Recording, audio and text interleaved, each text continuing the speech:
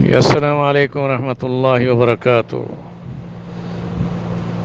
یہ جو قومی اسمبلی میں خاتون کا جو خطاب ہے وہ میں نے سنا، اور اس میں اس کی غلط بیانی یہ ہے کہ وہ یہ کہہ رہی ہے کہ یہودیوں کو خوش کرنے کے لیے رسول کریم صلی اللہ علیہ وسلم نے مسجد اقصی کو قبلہ بنایا۔ یہ بات اس کی بہت غلط ہے۔ قبلہ اول مسجد اقصی جب آپ مکی دور میں بھی تھے، ابھی مدینہ منورہ تشریف نہیں لائے تھے، ہجرت سے قبل مکہ مکرمہ میں 13 سال بعثت کے جو آپ نے گزارے ہیں، اس میں آپ نے جو نماز پڑھی ہے خانہ کعبہ کے اس رخ میں کھڑے ہو کر پڑھی ہے جس رخ میں بیت اللہ بھی یعنی کعبۃ اللہ بھی سامنے ہوتا تھا اور مسجد اقصی کی جہت بھی ہوتی تھی۔ مگر جس وقت آپ صلی اللہ علیہ وسلم ہجرت فرما کر مدینہ منورہ تشریف لائے تو اس رب کے حکم کے مطابق آپ مسجد اقصی کی جہت میں نماز پڑھتے تھے، مکہ میں بھی، تو اب انہیں خانہ کعبہ جو جس جہت میں کھڑے ہو کر حضور کی خواہش تھی کہ خانہ کعبہ قبلہ بنے، اب وہ خواہش آپ کی مدینے میں پوری ہوئی جب آپ کے سامنے کعبہ کی جہت نہیں تھی اور اقصی کی جہت میں ہی صرف نماز پڑھتے تھے، تو کعبہ کو پیٹ ہو گئی۔ تو یہ اپوزٹ ہیں۔ مدینہ منورہ ایک ایسی جگہ پر ہے جہاں سے خانہ کعبہ اور مسجد اقصی اپوزٹ ہیں، یعنی کہ بالکل اباؤٹ ٹرن ہو جائے آدمی تو ادھر منہ اقصی کی ہو جاتا ہے، ادھر اباؤٹ ٹرن کرے تو قبلہ بیت اللہ کی طرف منہ ہو جاتا ہے۔ تو حضور صلی اللہ علیہ وسلم کی خواہش ہمیشہ رہتی تھی اور آپ اپنا سر وحی کی انتظار میں سر اٹھا کر آسمان کی طرف دیکھتے رہتے تھے کہ کب میرا رب میری اس خواہش کو پورا کرے گا کہ خانہ کعبہ کو ہمارا قبلہ بنائے۔ تو اسی پر اللہ تعالیٰ نے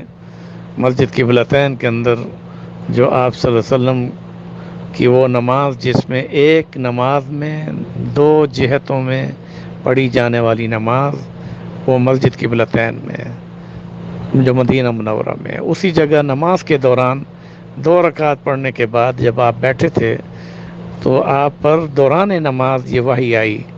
قد نری تقلب وجهک فی السماء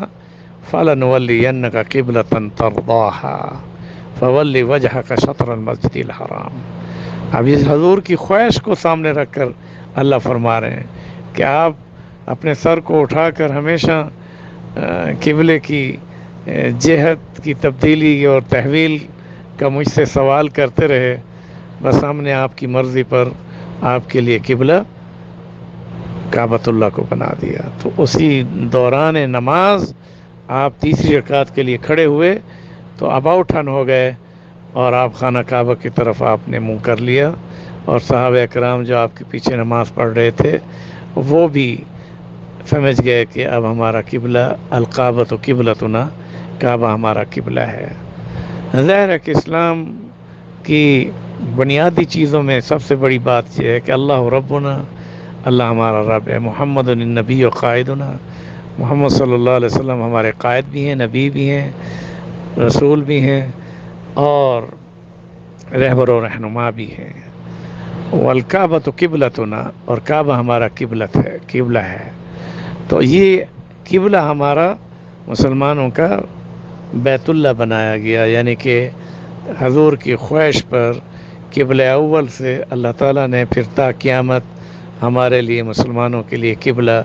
وجہت قبلہ فولوا وجوہکم شطر المسجد الحرام، مسجد حرام کی طرف، یعنی کہ بیت اللہ کعبۃ اللہ کو ہمارا قبلہ بنایا۔ اب آئیے میں اس خاتون پارلیمنٹ ممبر کی دوسری بات کو پیش کرتا ہوں۔ وہ کہہ رہی ہے کہ جناب ہم یہودیوں کے درمیان یہ فیصلہ کر لیں کہ خانہ کعبہ ہمارا قبلہ ہے اور مسجد اقصی ان کا قبلہ ہے۔ ان کا تو قبلہ ہے ہی نہیں کوئی، وہ تو دیوار گریہ کی طرف کھڑے ہو کر جو ہے وہ اپنا پڑھتے ہیں، اور ان کی تو کوئی نماز کہ آپ نے کوئی کسی یہودی کو نماز پڑھتے ہوئے دیکھا ہے یا ان کی کوئی جہت ہے؟ ایک بات۔ دوسری بات یہ ہے کہ یہ بات ذہن نشین کر لیں کہ ہر مذہب کے لیے اس کا شعار، اس کی عبادت کا نام ہے۔ مسلمانوں کے لیے جو عبادت گاہ ہے اس کا نام مسجد ہے۔ مسلمانوں کی عبادت گاہ کا نام مسجد ہے۔ عیسائیوں کی عبادت گاہ کا نام چرچ ہے۔ یہودیوں کی عبادت کا نام معبد خانہ ہے۔ ان کا اپنا یعنی معبد ہے جو جہاں اکٹھے ہو کر وہ اپنے عبادت کی رسوم کو پورا کرتے ہیں۔ ہندوؤں کی عبادت کا نام مندر ہے۔ تو لفظ مسجد یہ صرف اور صرف مسلمانوں کے شعار میں ہے کہ یہ مسلمانوں کی عبادت گاہ ہے۔ تو اللہ تعالیٰ نے رسول اکرم صلی اللہ علیہ وسلم کو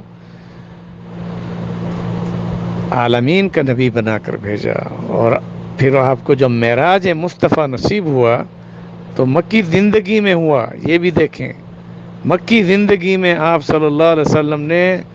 معراج پر جب تشریف لے گئے تو قرآن پاک کی وہ آیت واضح کرتی ہے کہ سبحان الذی اسری بعبدہ لیلا من المسجد الحرام الی المسجد الاقصی، کہ پاک ہے وہ ذات جس نے اپنے بندے کو مسجد حرام سے مسجد اقصی کی سیر کرائی۔ الذی بارکنا حولہ، جس کے آس پاس ساری برکتیں ہیں۔ اب یہاں یہ بات ذہن نشین کر لیں کہ مسجد حرام یہ بھی مسلمانوں کی شعار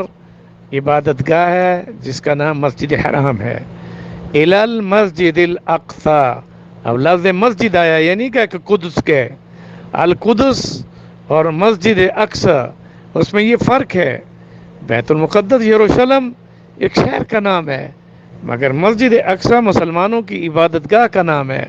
اس لیے اللہ نے فرمایا کہ ہم پاک ہے وہ ذات جس نے اپنے بندے کو رات کے ایک حصے میں مسجد حرام سے یعنی خانہ کعبہ سے مسجد اقصی یعنی کہ بیت المقدس میں جو مسجد اقصی ہے اس کی سیر کرائی، اور وہاں آپ صلی اللہ علیہ وسلم نے تمام نبیوں کی امامت کر کے مسجد اقصی میں امامت کا شرف حاصل کر کے، جو آج بھی وہ محراب موجود ہے، وہاں پر آپ نے تمام انبیاء کو نماز پڑھائی۔ اور پھر یہی وجہ ہے کہ عمر فاروق رضی اللہ تعالیٰ عنہ نے جب مسجد اقصی کو فتح کیا تھا، القدس کو، اور اس وقت وہاں پر یہودیوں کا قبضہ نہیں تھا، اس وقت وہاں پر عیسائیوں کا قبضہ تھا۔ یہ بات بھی ذہن نشین کر لیں۔ اور ہماری جو جنگ ہوئی ہے صلیبی جنگ، صلاح الدین ایوبی نے جو کی، وہ بھی عیسائیوں کے خلاف تھی، انہوں نے اس پر قبضہ کیا ہوا تھا اور اسے ہم نے آزاد کرایا۔ یہود تو یہ تو جو ہے نا، یہ دجالی جماعت ہے جس میں بعد میں دجال نے آ کر ان کی یعنی قیادت کرنی ہے۔ تو رہا یہ کہ وہ تو احادیث میں صاف اور واضح ہے کہ وہ یہود جو ہے وہ اقصی یعنی بیت المقدس میں آ کر پڑاؤ ڈالیں گے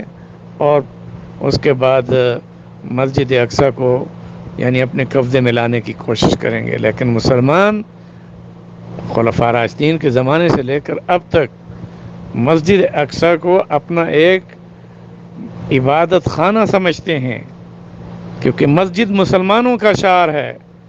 مسجد کا لفظ ہی مسلمانوں کی عبادت گاہ ہے۔ تو مسجد اقصی قرآن میں آیا ہے۔ اب اس خاتون کو یہ بھی پتہ نہیں کہ لفظ مسجد اقصی ہے، القدس تو ہے ہی نہیں،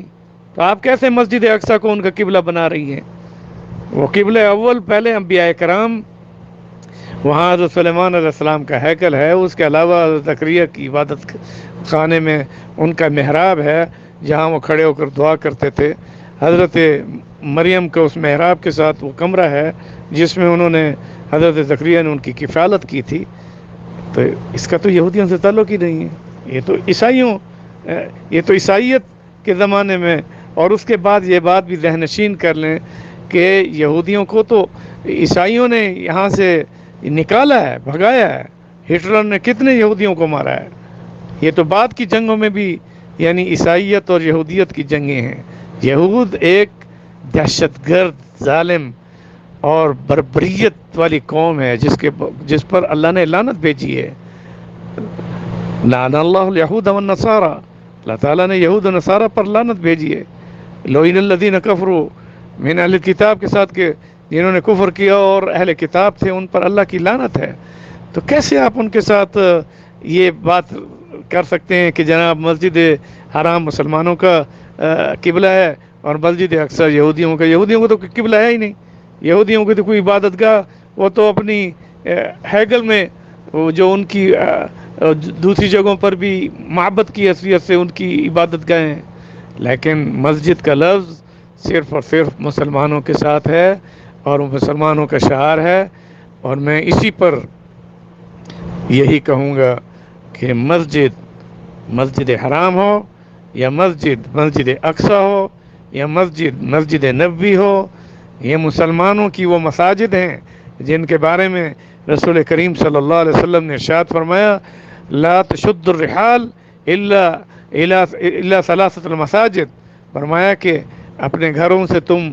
اگر عبادت کرنے کی نیت سے سفر کرنا چاہتے ہو عالمی، تو یہ تو بیت اللہ کا مسجد حرام کی طرف قصد سفر کر سکتے ہو، یا مسجد نبوی کا نام لے کر قصد سفر کر سکتے ہو، یا مسجد اقصی کا قصد عبادت کے لیے قصد سفر میں آپ نیت کر سکتے ہیں.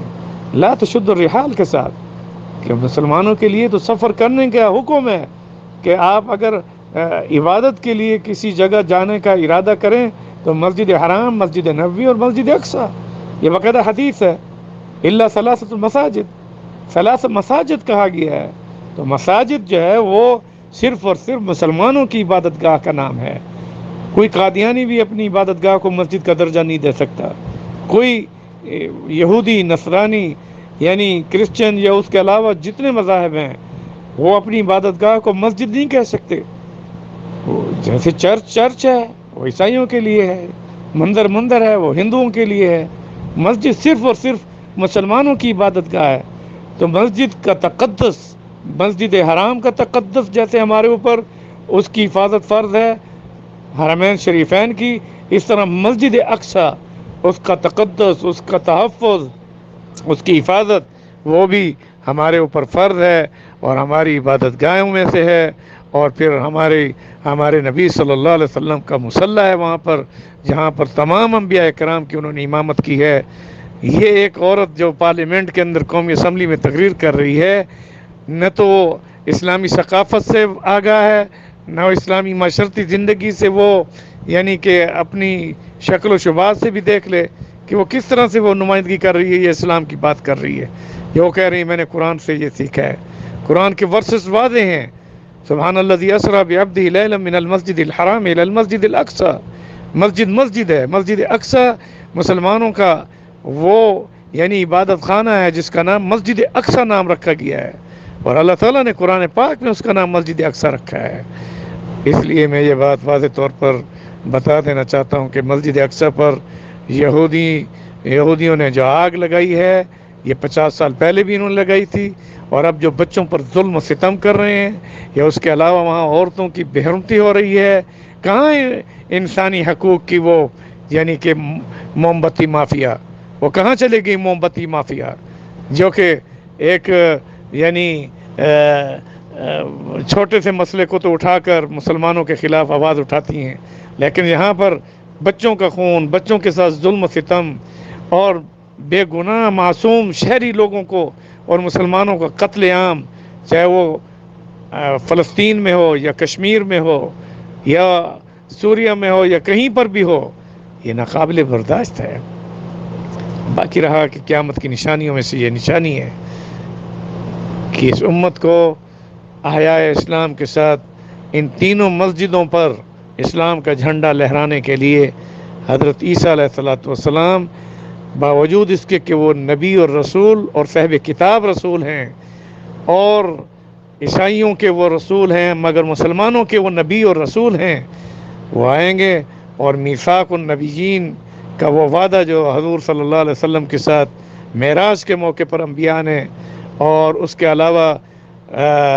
عالم ارواح میں رب ذوالجلال نے ان سے میثاق اور عہد لیا تھا، میثاق النبیین کہ جن میں یہ کہا گیا تھا کہ اگر تمہاری دوران نبوت رسول اکرم صلی اللہ علیہ وسلم نبی بن کر تشریف لائیں گے یا رسول اور نبی بن کر جب تشریف لائیں گے تو نہ صرف تمہیں ایمان لانا ہوگا، لَتُؤْمِنُنَّ بِهِ وَلَتَنْصُرُنَّ، ایمان بھی لانا ہوگا اور ان کی نصرت بھی کرنی ہوگی۔ اس وعدے کو پورا کرنے کے لیے حضرت عیسیٰ علیہ السلام کو اللہ تعالیٰ نے زندہ آسمان پر بٹھایا ہے۔ یہ ان کا معجزہ بھی ہے، مگر اس معجزے میں وہ تکمیل تھی اس میثاق کی، کیونکہ وہ آسمان پر زندہ ہیں اور پھر وہ زمین پر نازل ہوں گے، اور دمشق کی جامع مسجد کے مینار پر حضرت عیسیٰ علیہ السلام جس وقت آسمان سے دوسرے آسمان سے زمینی یعنی آپ کا وہ یعنی جو رفع سما ہو چکا، لیکن جب نزول ہوگا آپ کا رفع ہو چکا ہے، آپ دوسرے آسمان پر تشریف فرما ہیں، اور جب نزول ہوگا نزول عیسیٰ، اور پھر دمشق کی جامع مسجد کے مینار پر جب عیسیٰ علیہ السلام تشریف لائیں گے، اس وقت امام مہدی علیہ السلام نماز کی صف بندی کر کے کھڑے ہوں گے۔ اس دوران میں اسی مسجد میں صف بندی ہو رہی ہوگی، امام مصلی کے پاس کھڑا ہوگا اور عیسیٰ علیہ السلام مینار پر اترتے ہوئے نظر آئیں گے، اور اس کے بعد حضرت امام مہدی ان کے استقبال کے لیے رک جائیں گے نماز سے، اور حضرت عیسیٰ علیہ السلام اس مینار پر کھڑے ہو کر یہ خطبہ دیں گے کہ میں صاحب کتاب ہونے کے باوجود، میں نبی اور رسول ہونے کے باوجود، میں روح اللہ ہونے کے باوجود ابن مریم عیسیٰ رسول اللہ صلی اللہ علیہ وسلم پر یعنی آپ پر ایمان لاتے ہوئے شہادت دے رہا ہوں کہ میں نبی اور رسول ہونے کے باوجود میں رسول اکرم حضرت محمد مصطفیٰ احمد مجتبی سردار کائنات رحمت للعالمین شفیع المذنبین خاتم النبیین کا امتی بن کر زمین پر آیا ہوں۔ پھر جب زمین پر مینار سے آپ نیچے تشریف لائیں گے تو حضرت امام مہدی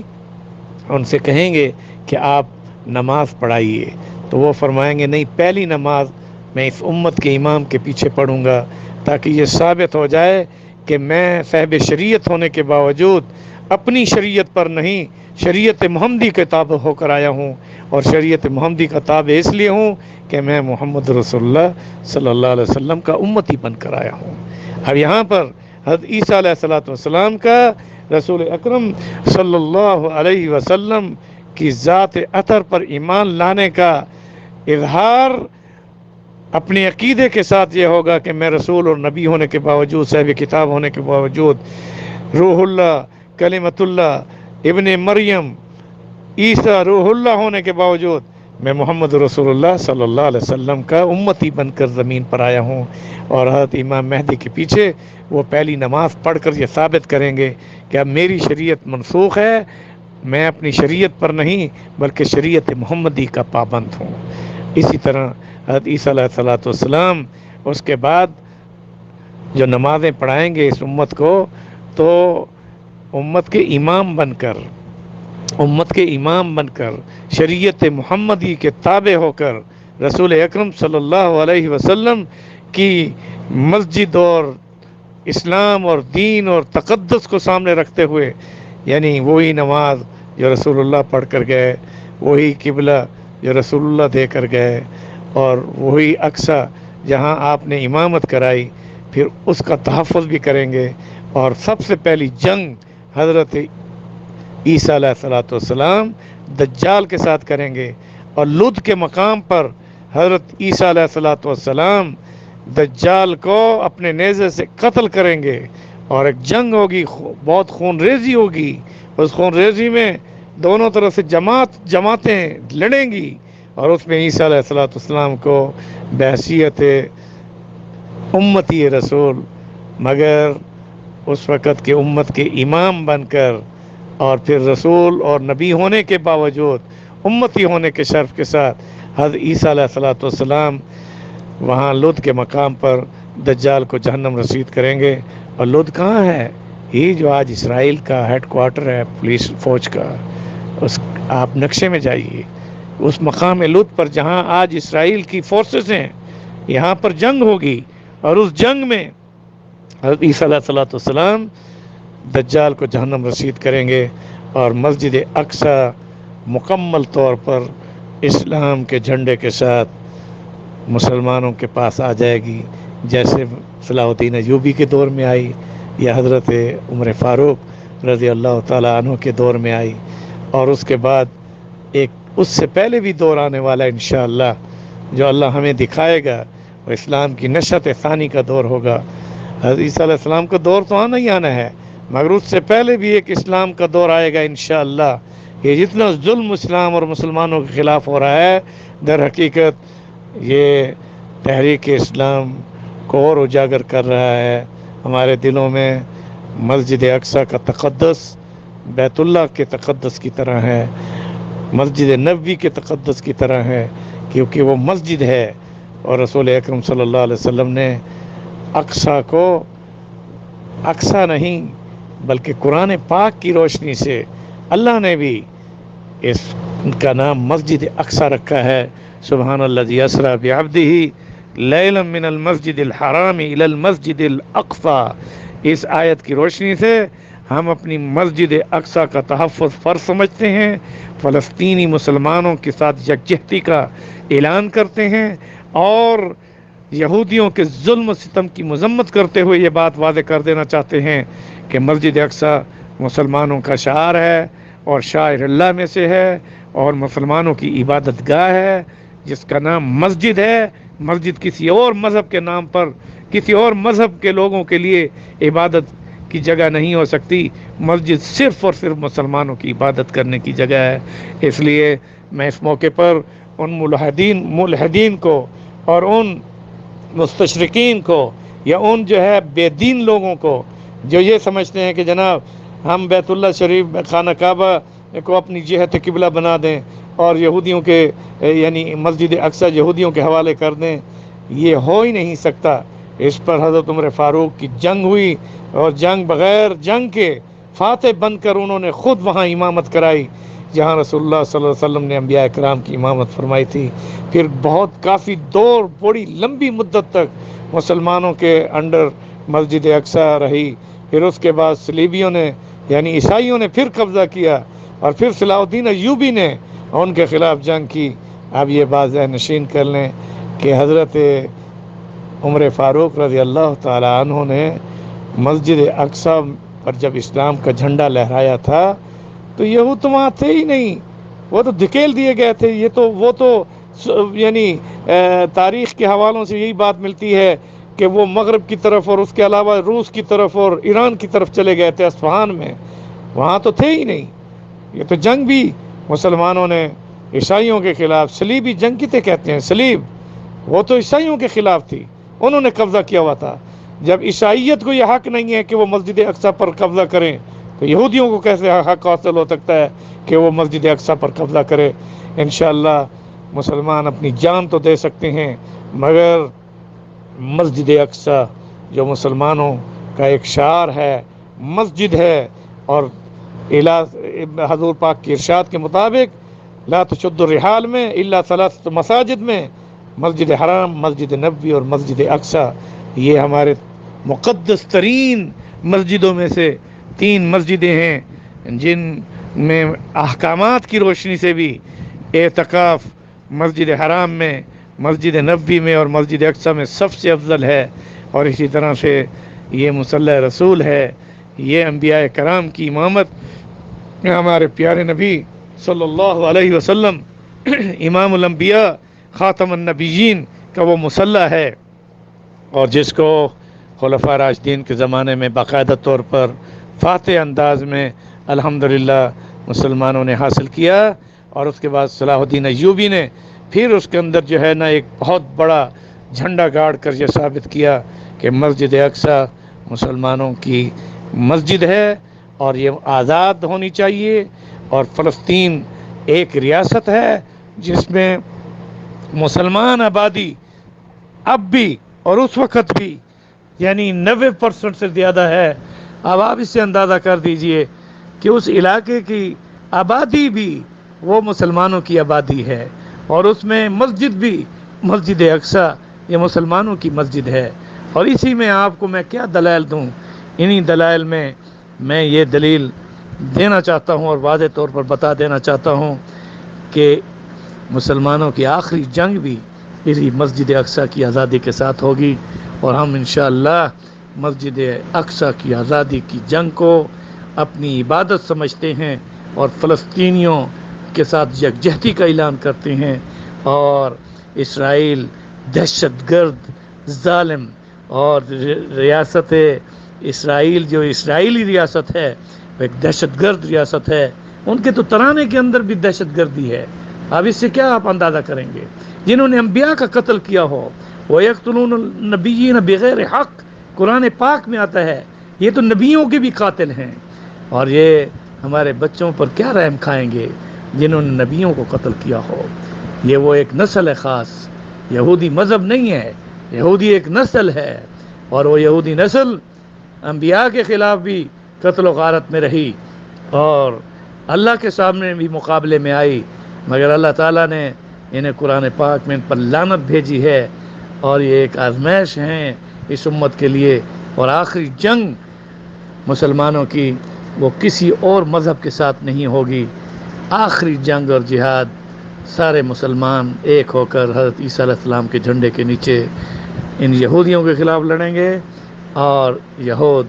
اسلام کے بھی دشمن ہیں، انسانیت کے بھی دشمن ہیں،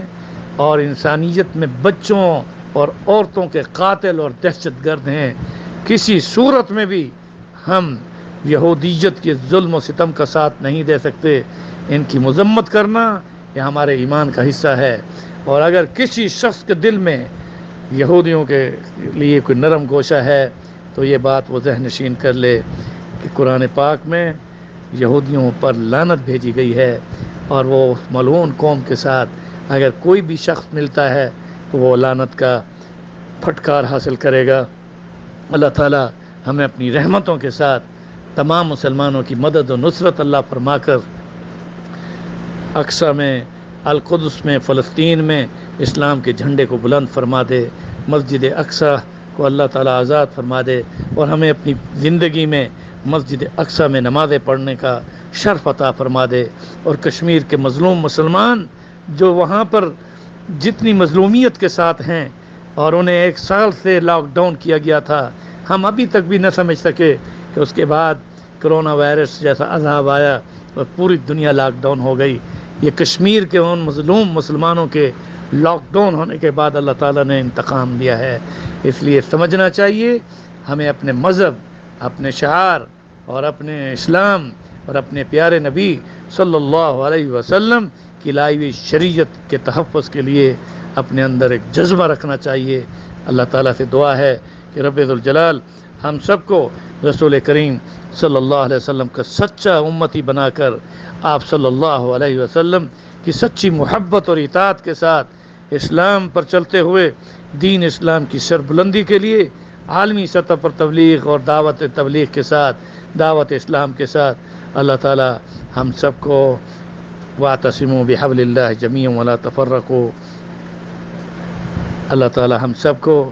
اسلام کی رسی کو مضبوطی سے تھامتے ہوئے اسلام کے جھنڈے کے نیچے اور ختم نبوت کے مبارک مشن میں تمام مسلمانوں کو اتحاد، یقین، محکم عمل، پیغم، محبت، فاتح عالم، جہاد زندگانی میں یہ ہیں مردوں کی شمشیریں۔ وصلی اللہ تعالی علی رسولہ محمد وعلی آلہ واصحابہ وازواجہ وذریاتہ واہل بیتہ اجمعین برحمتک یا ارحم الراحمین، وآخر دعوانا ان الحمد للہ رب العالمین۔ آپ کا بھائی ڈاکٹر احمد علی سراج۔ اسلام زندہ باد، اسلام زندہ باد، اسلام زندہ باد، ختم نبوت